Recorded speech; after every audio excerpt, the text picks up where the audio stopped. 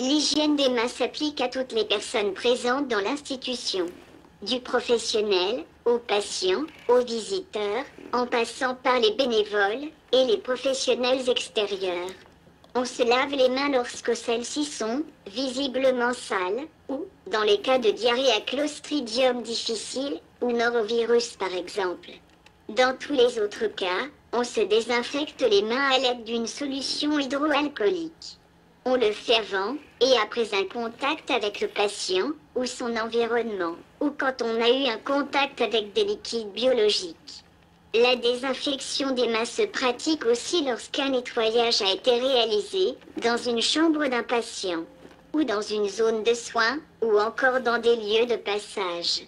Nos techniciens et techniciennes de surface réalisent déjà cette procédure, mais elles ne sont pas les seules à être concernées. Il y a aussi le personnel de cuisine, le personnel de la buanderie, celui de la centrale des lits, le personnel du transport, le personnel technique et bien d'autres.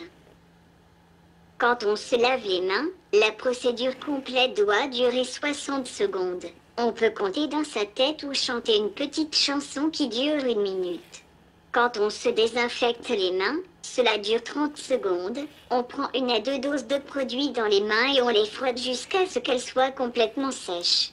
N'oubliez pas, on ne peut pratiquer une hygiène correcte des mains que lorsqu'elles sont dépourvues de bijoux, y compris l'alliance, d'ongles artificiels ou de vernis. Les patients et vos familles vous remercieront.